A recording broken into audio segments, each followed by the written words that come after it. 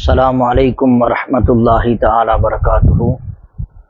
அல்லாஹு ஜல்ல சுப்ஹானஹு தஆலா திருக்குர்ஆனில் குறிப்பிடுகிறான், வமன் யுஅல்லிம் ஷஆயிரல்லாஹி ஃபஇன்னஹா மின் தக்வல் குலூப்.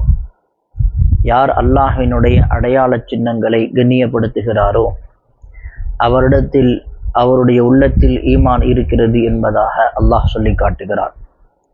எனவே அந்த அடிப்படையில் அல்லாஹுடைய அடையாள சின்னங்களில் ஒன்று குர்பானி பிராணி. குர்பானி பிராணியை நாம் கண்ணியப்படுத்த வேண்டும்.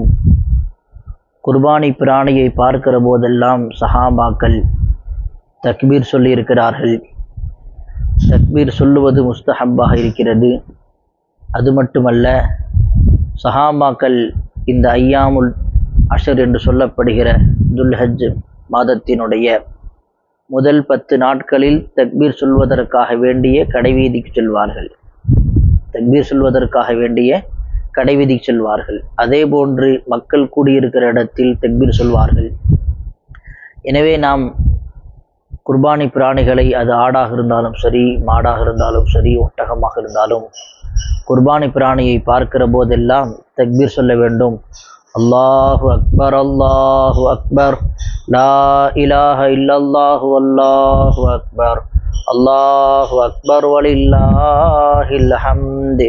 இப்படி தக்பீர் சொல்வது முஸ்தஹப்பாக இருக்கிறது.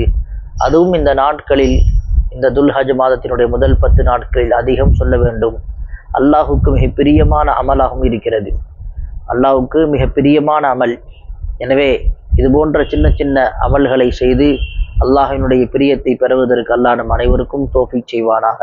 ஆமீன். வ ஆகிரு தஅவானா அல்ஹம்துலில்லாஹி ரப்பில் ஆலமீன்.